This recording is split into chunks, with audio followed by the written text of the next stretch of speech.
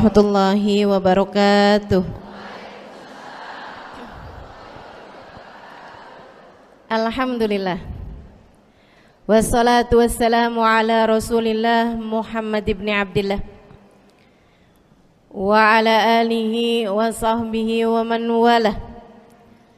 Subhanaka la ilma lana illa ma 'allamtana innaka antal alimul hakim. Rabbi shrah li sadri wa yassir li amri wahlul 'uqdatan min lisani yafqahu qawli.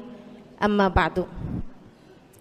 Alhamdulillah, ibu-ibu sekalian saya muliakan, hadiah indah di mana Allah mengizinkan kepada kita untuk menghadapnya. Bukan main. Siapa kita ini sampai diizinkan Allah untuk bolak-balik menghadap kepada Allah Subhanahu wa taala dalam salat-salat kita. Saya pernah dengar dari para guru-guru kami, guru-guru saya.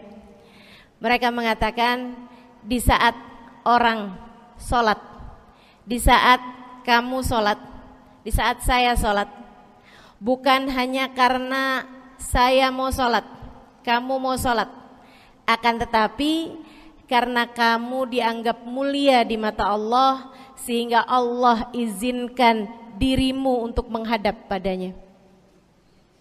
Ketika saya salat, bukan hanya karena saya mau salat, akan tetapi karena saya punya nilai di mata Allah, sehingga Allah izinkan kepada saya untuk menghadap padanya.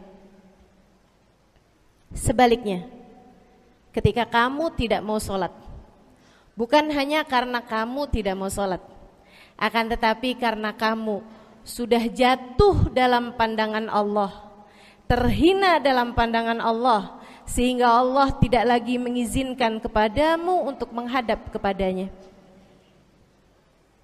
Ketika seseorang tidak sholat, bukan hanya karena dia tidak mau sholat, akan tetapi karena ia sudah tidak lagi bernilai di mata Allah, sehingga Allah tidak izinkan dia untuk menghadap padanya. Teman-teman, saudariku sekalian yang saya muliakan, kalau bicara tentang sholat nih teman-teman, ada 4 tingkatan, ada 4 kelas. Untuk kamu melihat sholatmu sudah ada di kelas yang mana. Kalau saya boleh bilang kelas teratasnya nih kelas bisnis, oke lah ya. Kelas bawahnya lagi kelas atasnya kelas eksklusif ya, kelas eksekutif. Terus bawahnya lagi kelas bisnis, bawahnya lagi kelas. Tapi ada 4 kelas, bawahnya lagi kelas gerbong. Nggak naik dalam kereta nih ya. Kelas yang paling bawah kita bahas nih, kelas gerbong nih. Kayaknya naik di atasnya nih ya, gerbongnya. Teman-teman sekalian, orang yang di saat mengerjakan sholat, dia kerjakan juga, tapi merasanya sebagai beban. Ya ampun, udah maghrib aja, baru juga asar. Ya ampun, males banget dah. Ini gak ada rusuh nih, kita kan lagi jalan-jalan nih, kita kan lagi belanja nih di Tanah Abang. Itu jamaah aja gimana sholatnya. Nah ini orang-orang yang menganggap sholatnya sebagai beban, malas kalau disuruh sholat, terutamanya subuh, terutamanya sholat subuh. Ini Allah ceritakan orang-orang yang seperti ini adalah kelompoknya orang munafik, naudzubillah. Alladzina idza qamu ila sholati qamu kusala. Orang-orang yang kalau disuruh sholat bangun juga sih, tapi males banget. Setan nih nemenin dia, kayak naroin batu di atas kepalanya, bikin dia berat mau ngerjain sholat. Kalau lagi tidur, ngipas-ngipasin matanya, bobo aja lagi. 5 menit lagi, 5 menit lagi, bangun-bangun udah siang. Pernah terjadi padamu?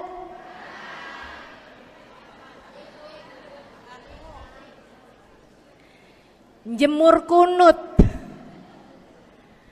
Bu, yang dijemur tuh jemuran aja, cucian aja. Jangan sampai jemur kunut. Kunutnya dijemur ya. Ketika ada seseorang yang disampaikan kepada Nabi Muhammad bahwasanya orang itu tidak bangun kecuali sesudah azan subuh, artinya enggak tahajud, artinya enggak bangun di sepertiga malam terakhir, bangunnya sesudah azan subuh. Nabi mengatakan padanya tentang orang itu, Nabi bilang pada para sahabatnya, inna syaitan bala fi udhunih, itu adalah orang yang telinganya dikencingin sama setan. Pada pernah dikencingin setan? Kalau bangunnya habis adzan tuh dikencingin setan. Kalau bangunnya udah terbit matahari dikencingin siapa kira-kira? Insyaallah. Teman-teman saudariku sekalian yang saya muliakan, alladzina idza qamu ila sholati qamu kusala, malas bener kalau diajakin sholat, sampai sebagian sholatnya dikerjakan keluar dari waktunya. Yang seperti ini masuk dalam firman Allah Subhanahu wa taala, a'udzubillahi minasyaitonir rajim, fawailul lil musallin alladzina an salatihim sahun. Fawailul lil musallin alladzina hum an salatihim sahun.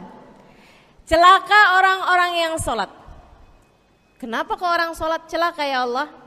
Sebab mereka an salatihim sahun, melalaikan sholat mereka.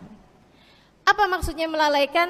Imam Sayyidina Ibnu Abbas dalam salah satu tafsir beliau mengatakan, alladzina yuakhiruna an waqtiha au yuqaddimuha ila ghairi waqtiha. Orang-orang yang mengakhirkan sholat sampai keluar dari waktunya atau memajukannya sebelum waktunya. Mau pergi ke Tanah Abang nih, jam 11. Ntar kita ribet nih urusan sholat duhur, dah sholatin sekarang aja. Ini orang-orang yang fawailul lil musallin. Bu, sesibuk apapun dirimu, jangan pernah ninggal sholat. Bu, lagi ngerjain perkara penting apapun kamu, jangan pernah mengakhirkan sholat. Jangan pernah mengeluarkan sholat dari waktunya. Kenapa gitu? Karena bu, sholat itu urusanmu sama Allah. Gak ada yang lebih penting daripada itu. Gak ada yang lebih penting daripada itu. Siapa yang mementingkan Allah, dia bakal dipentingin sama Allah. Siapa yang meremehkan sholatnya, berarti dia telah meremehkan Allah.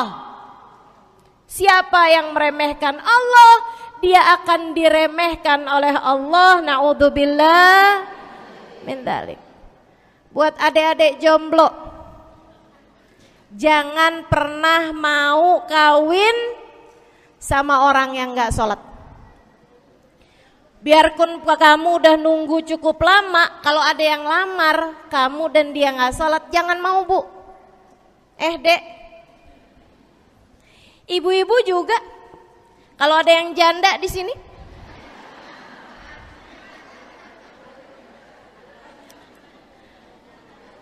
terus ada yang ngelamar kamu, walaupun di garasinya ada kijang,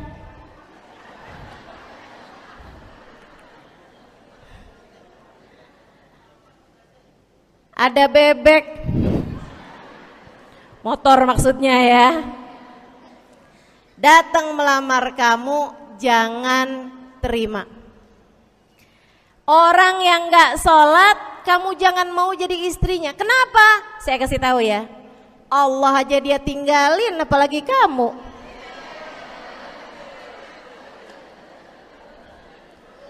Allah aja dia tinggalin. Siapa yang tidak berguna baginya peringatan Allah, maka tidak akan berguna baginya peringatan dari siapapun. Tapi dia mencintai saya, Ustazah.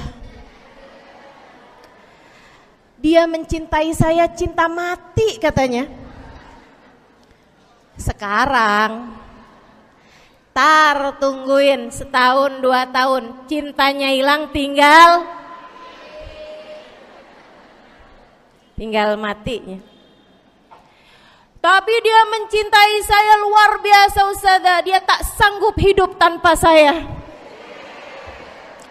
Itu namanya cinta monyet. Tungguin 2 tahun, cintanya hilang, tinggal.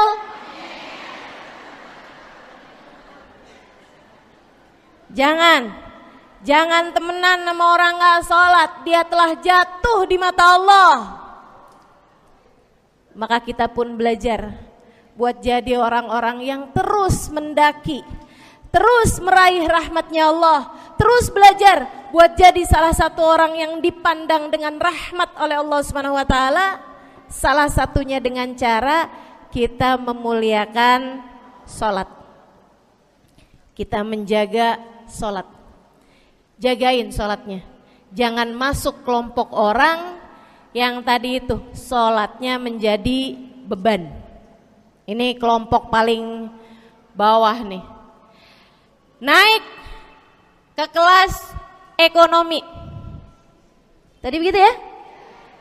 Kelas ekonomi, orang-orang yang sholatnya menjadi sebuah kewajiban. Dia kerjain, dia tahu itu wajib, dia gak akan tinggalin. Tapi sama halnya dengan kewajiban-kewajiban yang lain. Kita nih kalau mikirnya kewajiban, Bu, kalau gak diwajibin lagi seneng. Betul gak?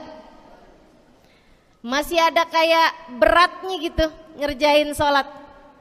Orang yang sholatnya dianggap sebagai kewajiban. Kayak anak-anak sekolah tuh, wajib pakai seragam, wajib ngerjain PR. Kalau 1 hari, besok enggak wajib pakai seragam. Ada gak ya pakai seragam? Gak ada. Gak ada yang besoknya dipakai seragam. Terus tanyain, kenapa kamu tetap pakai seragam? Abisnya saya suka sama seragamnya. Gak ada. Karena mereka menganggap pakai seragamnya adalah kewajiban. Sekolahnya sebagai kewajiban. Jadi giliran besok libur anak-anak, hore gitu. Ada orang-orang yang sholatnya dianggap sebagai kewajiban. Nggak ada yang nambah kalau kewajiban tuh. Sholat sunnah boro-boro, sholat wajib aja kalau bisa dibikin sesingkat mungkin akan dilaksanakan dengan cara yang sesingkat-singkatnya.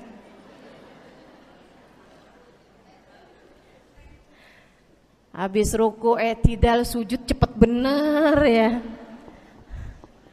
Malaikat raqib sama malaikat atid nih udah tahu aja kalau dia sholat. Habis ghairil maghdubi alaihim waladdallin. Malaikat atid bilang sama malaikat raqib, kulhu, catat kulhu udah pasti.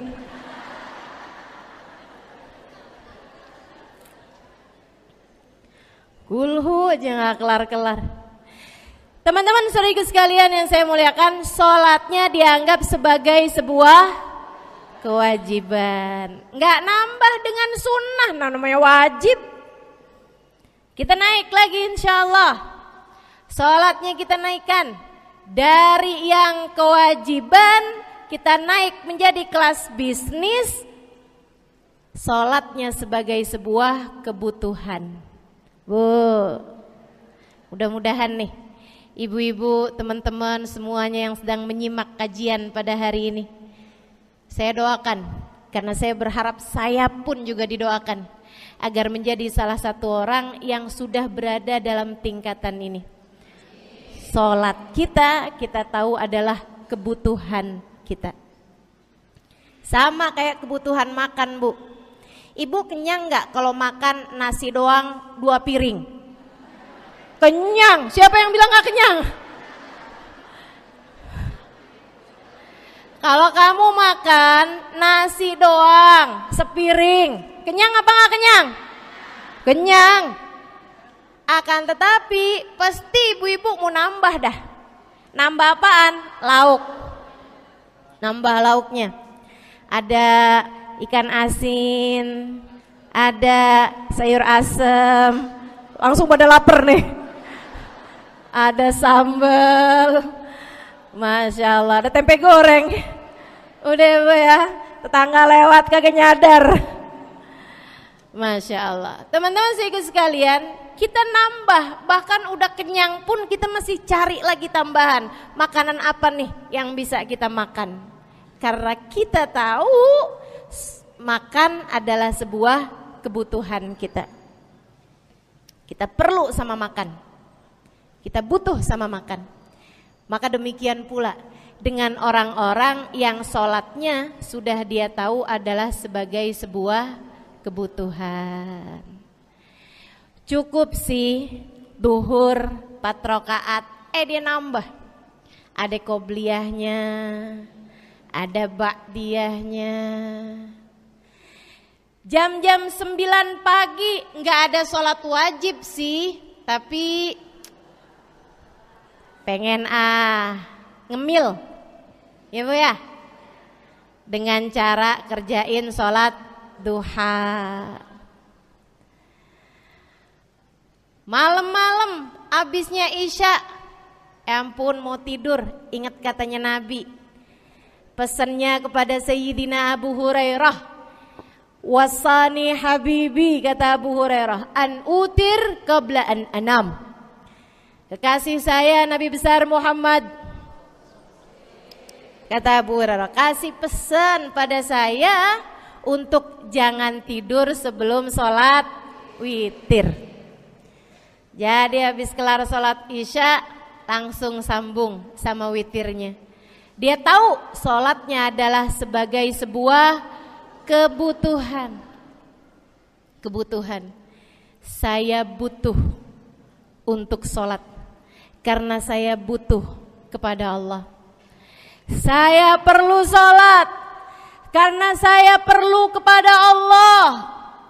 Saya perlu sholat karena saya tahu urusan saya sebesar apapun saya rasakan adalah kecil dalam pandangan Allah.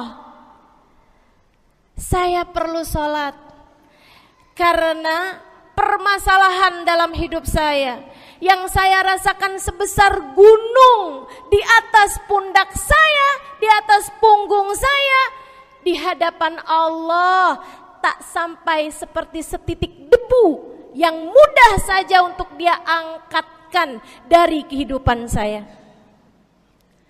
Maka kita pun menjadikan sholat sebagai sebuah kebutuhan. Lagi sakit, jangan ninggalin sholat. Kenapa? Kamu menghadap kepada yang punya kesehatan. Lagi banyak utang, jangan ninggal sholat. Sama, jangan utang lagi. Karena kamu menghadap kepada pemilik segala kekuasaan, pemilik dunia dan akhirat, pemilik semua uang di atas muka bumi ini adalah Allah.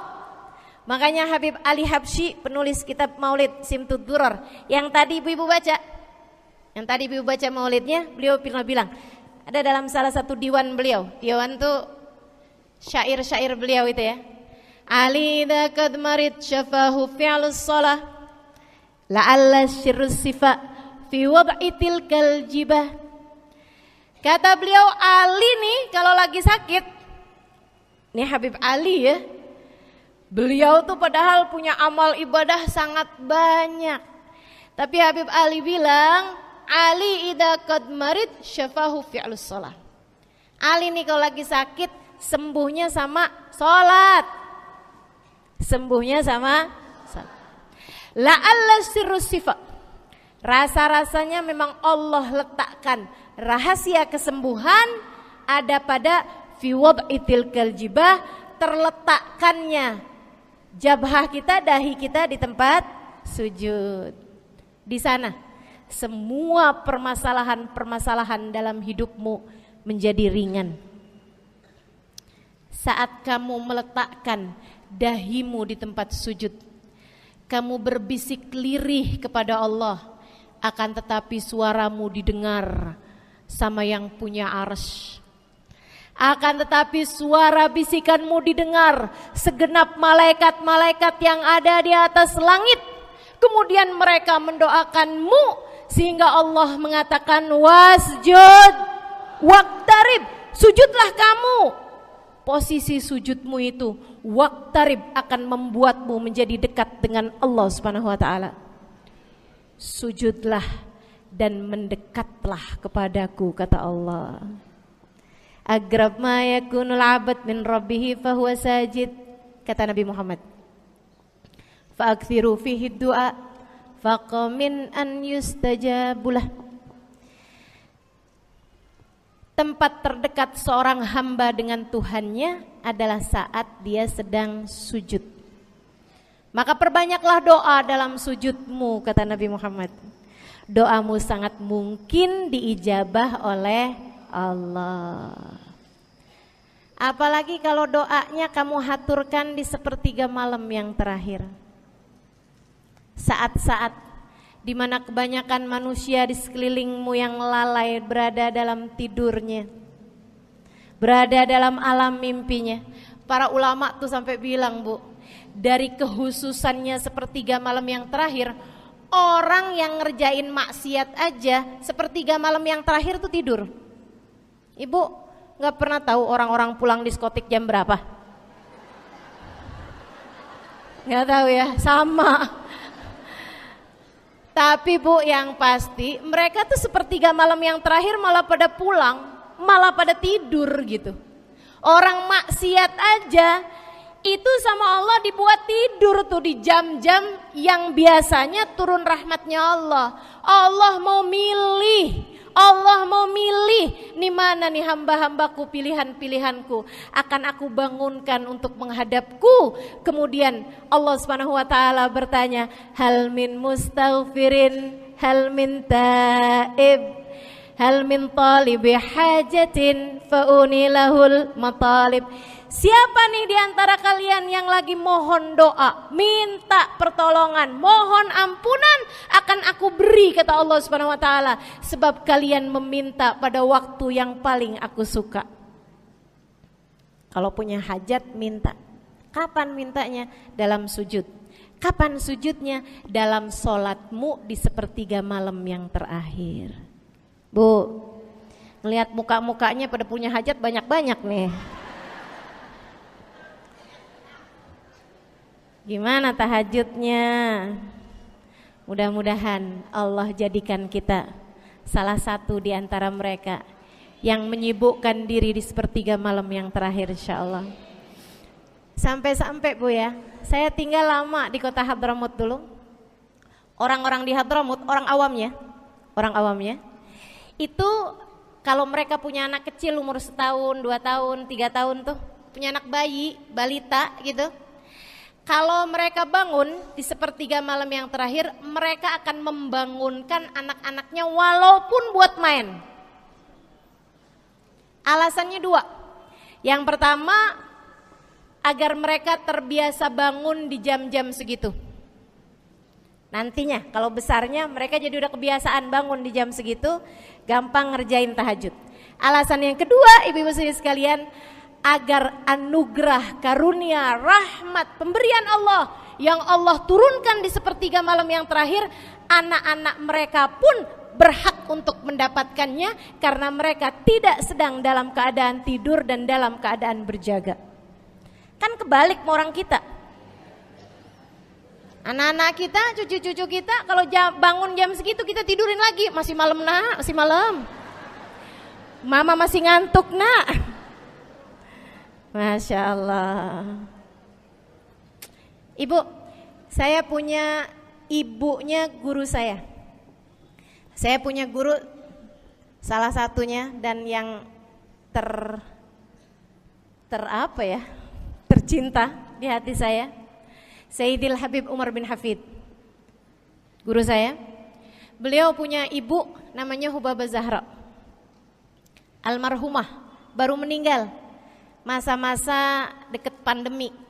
Ya Bu ya, baru aja beberapa tahun silam meninggalnya. Itu ibu-ibu sekalian punya anak kalau nggak salah 12. Kalau nggak salah 12 anak beliau. Laki-laki 5. Kalau saya nggak salah ya, mohon maaf kalau saya salah. Kemudian yang perempuan 7. Semuanya soleh-solehah. Semuanya Bu jadi orang-orang yang luar biasa, yang terutamanya anak yang pertama yaitu Habib Ali Masyhur jadi mufti pada zamannya di Kota Tarim. Sampai wafatnya beliau masih sebagai mufti. Mufti itu Bu, permasalahannya umat semuanya ada di meja beliau untuk beliau selesaikan. Anak yang laki-laki yang paling kecil, Al Habib Umar bin Hafid, menjadi kita tahu semuanya ya, orang soleh, ulama, waliullah. Ibu-ibu sekalian, kita mau tahu nih anak-anak soleh-solehah semacam itu ibunya kayak gimana gitu. Karena Bu mohon maaf. Walaupun memang Nabi Nuh, nabinya udah soleh, anaknya nggak soleh, kan begitu ya? Ada juga sih, tapi secara mayoritasnya Bu, buah jatuhnya tak jauh dari emaknya begitu, anaknya kurang lebih begitu. Anaknya begitu, emaknya biar kita nggak lihat, kita udah bisa ngebayangin kayak apa orangnya. Ibu-ibu sekalian, ini anak-anaknya Hubabah Zahra, Masya Allah semuanya. Kita mau tahu ibunya kayak gimana. Satu cerita aja tentang Hubabah Zahra. Ibu-ibu sekalian, anaknya cerita, Hubabah Zahra, Umi, anak perempuannya, dia bilang seumur hidupnya nggak pernah ninggal tahajud. Bu, dari awal balik sampai meninggal, tidak pernah meninggalkan tahajud.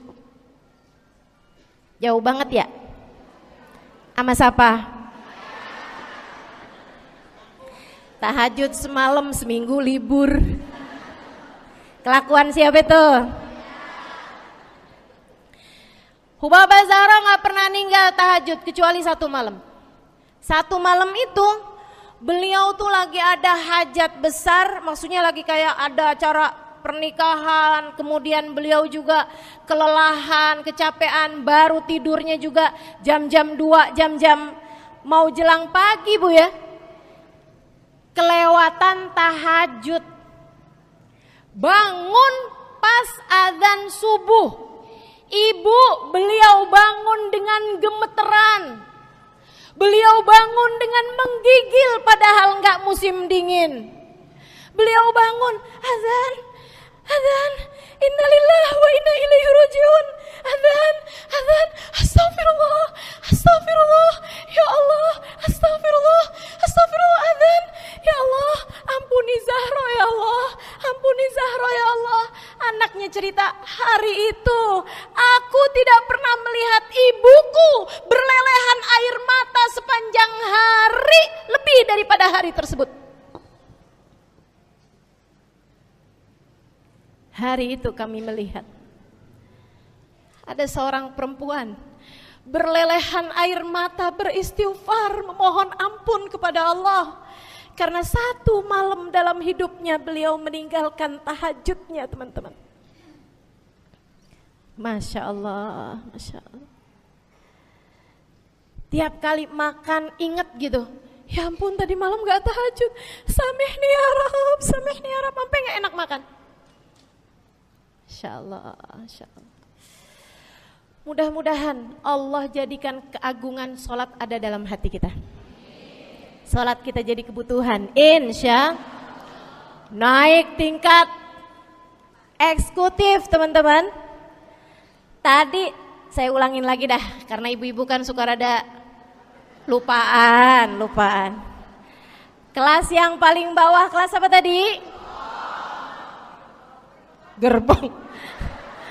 menjadikan sholatnya sebagai beban. Kelas berikutnya menjadikan sholat sebagai kewajiban. Naik lagi menjadikan sholat sebagai kebutuhan. Tingkat terakhirnya ada hamba-hamba tercinta di sisi Allah yang menjadikan sholat mereka sebagai sebuah hiburan dalam hidupnya, hobi dalam hidupnya. Diawali, dicontohkan oleh baginda kita Nabi besar Muhammad yang mengatakan dalam hadis sahihnya, wa ju'ilat qurratu aini fis shalah, wa ju'ilat qurratu aini fis shalah. Dijadikan, kata Nabi Muhammad, Allah telah menjadikan, dijadikan li untukku qurrat aini, kesenanganku dalam kehidupan, kebahagiaanku ada pada, hobiku ada pada as-shalah, salat. Nabi itu orang yang kesenangan beliau, hobi beliau adalah salat. Kana idza faz'ahu amrun aladha ila shalah. Kata para sahabat meriwayatkan, Nabi kalau lagi dengar kabar-kabar yang gak enak segera menuju kepada sholat. Nabi kalau udah ada kabar-kabar Rasul pasukan kita terkalahkan di medan peperangan, Nabi ngelihat Bilal. Kemudian Nabi Muhammad nanya, udah dekat waktu sholat Bilal? Sebentar lagi Rasul, arihni bihaya Bilal, arihni bihaya Bilal. Yuk Bilal, santaikan diri saya Bilal, tolong hibur diri saya Bilal. Segera azan dan kita akan sholat bersama-sama wahai Bilal. Kesenangan beliau, hobi beliau dalam sholat, dalam hidup adalah sholat. Teman-teman saya sekalian, bukan hanya Nabi Muhammad, tapi para sahabat-sahabat Nabi Muhammad, tapi para tabi'in, para tabi'it tabi'in. Saudaraku sekalian saya muliakan, Sayyidina Umar bin Khattab alaihi ridwanullah, kana idza ja'ahu hal, apabila beliau dalam keadaan hatinya lagi khusyuk, hatinya lagi nyambung banget sama Allah Subhanahu wa taala, kalau mau sholat sunnah manggil orang. Beliau sholat dalam masjid, ada orang mau sholat sunnah, ada orang lagi baca Quran dipanggil sama beliau. Kamu saya bayar ya. Kamu duduk sebelah sini saya nih, baca Qur'annya deketan saya sini, kamu saya bayar. Buat apaan wahai Sayyidina Umar? Buat negur saya, ngingetin saya lagi sholat nih. Oh gak usah dibayar Tuan. Yaudah kalau gitu kamu duduknya sebelah sini ya. Tugas saya apa Tuan? Kalau kamu lihat saya sholat berdirinya kelamaan, ingetin saya buat ruku. Kalau kamu lihat ruku saya kelamaan gak bangun-bangun, ingetin saya buat bangun. Kalau kamu lihat sujud saya kelamaan, ingetin saya buat duduk. Karena saya sekarang ini kalau lagi berdiri baca Al-Quran lupa buat ruku. Dari nikmatnya bacaan Quran beliau. Baik Tuan, sholat, baca Fatihah, habis itu baca Quran, surat Al-Quran, dapat selesai satu kok masih enak. Baca lagi, masih enak lagi, baca lagi. Yang sebelah beneran nih gak ruku-ruku. Beliau berdiri kemudian bilang, Tuan ruku. Gak kedengeran. Beliau berdiri deketin telinganya, Tuan ruku. Belum kedengeran juga, ruku. Allahu Akbar. Sayyidina Umar bin Khattab. Tabi'in, Sayyidina Ali Zainal Abidin pernah lagi sholat, rumahnya kebakaran teman-teman. Sholat sunnah di waktu malam, rumahnya kebakaran. Orang-orang pada teriak-teriak, Tuan harik, nar, ya ibn binti Rasulillah, wahai anak dari cucunya Nabi Muhammad. Tuan, ada api di sekitarmu, Tuan kebakaran, Tuan kebakaran. Allahu Akbar. Sami Allahu liman hamidah, enggak lihat apa-apa. Habis selesai sholat baru lihat, kebakaran nih rupanya. Orang-orang pada bilang, kami sudah mengingatkanmu Tuan. Apa jawab beliau? Al-hadni an-narul kubro. Di depan saya ada api yang jauh lebih besar, api neraka. Saya enggak lihat api sekecil ini. Masya Allah. Saudaraku sekalian yang saya muliakan, para ulama Allah Subhanahu wa taala. Terakhir saya mau ceritakan Sayyidil Habib Abu Bakar As-Sakran, penulis Wirid Sakran. Kalau teman-teman pernah tahu, beliau saudaraku sekalian saya muliakan dapat julukan As-Sakran, orang yang mabuk. Karena mabuk kepada Allah Subhanahu wa taala. Beliau pernah satu waktu kena penyakit di punggungnya. Beliau kemudian tanya sama dokter, kata dokter, "Wah, ini nih penyakit mesti diangkat, mesti dioperasi." Ya udah dah, operasiin saya. Disuguhin 1 gelas khamr di waktu yang telah ditetapkan untuk jadi waktu operasi. Apa ini? Khamr, minuman keras. Zaman itu belum ada obat bius. Dia bilang, "Ini buat apa?" "Khamr ini tuan, minuman keras ya, agar engkau nggak sadar. Jadi enak gitu kita ngoperasinya." Dia bilang, "Saya mau dengan kesehatan saya kepengen ngerjain taat kepada Allah. Saya nggak mau. Saya dapetin kesehatan saya dengan cara mengerjakan yang diharamkan Allah, yaitu minuman keras. Saya nggak perlu ini." "Waduh, kalau gitu nggak bisa dioperasi tuan." "Kenapa soalnya?" "Ya nanti kan kesakitan, nanti susah operasinya gitu." "Oh gampang, kalau kalian pengen bikin saya nggak sadar, nggak perlu minuman keras." "Terus gimana?" "Operasikan kalau saya sedang sholat." Maka mulailah dokter-dokter udah pada siap. Beliau lagi sholat sunnah ya bu ya, Allahu Akbar gitu. Mulai dokter buka baju belakangnya, mulai bu digunting kulitnya, digergaji tulangnya. Beliau bu mukanya meringis saja enggak. Beliau ruku, dokternya ikutan nungging. Beliau sujud, dokternya ikutan menunduk juga. Beliau sholat nikmat banget. Sampai beliau selesai dari sholat, beliau nanya sama dokter-dokternya, "Kenapa gak nurut tadi tuh waktu saya sholat mestinya operasi?" Kata dokter, "Udah selesai Bib dari tadi." Masya Allah. Radiyallahu ta'ala anhum wardahum. Ini bukan kelas-kelas kita, saya cuma ceritain aja sama ibu-ibu. Bukan berarti ibu-ibu nanti pas waktu sakit bilang sama dokter, "Dokter gak usah dibius."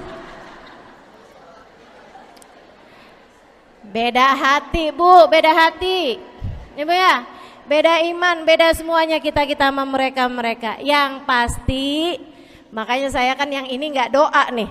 Pas yang kebutuhan tuh baru saya doa. Kenapa? Karena kayaknya tingkatan kita dah bu ya, mentok dah di sampai kebutuhan itu dah. Insya Allah, mudah-mudahan Allah jadikan kita orang yang menjaga salat insya Allah. Rabbi jalni muqimas salah wa min dzurriyyati amin. Rabbi jalni muqimas salah wa min dzurriyyati amin. Rabbi jalna muqimis salah wa min dzurriyyatina rabbana wa taqabbal du'a. Ala hadhihi niyyah bi kunniyah salihah ila hadratin nabi al-fatihah. Syaitanir rajim. Bismillahirrahmanirrahim. Alhamdulillahirabbil alamin. Ar-rahmanirrahim. Maliki yaumiddin. Iyyaka na'budu wa iyyaka nasta'in.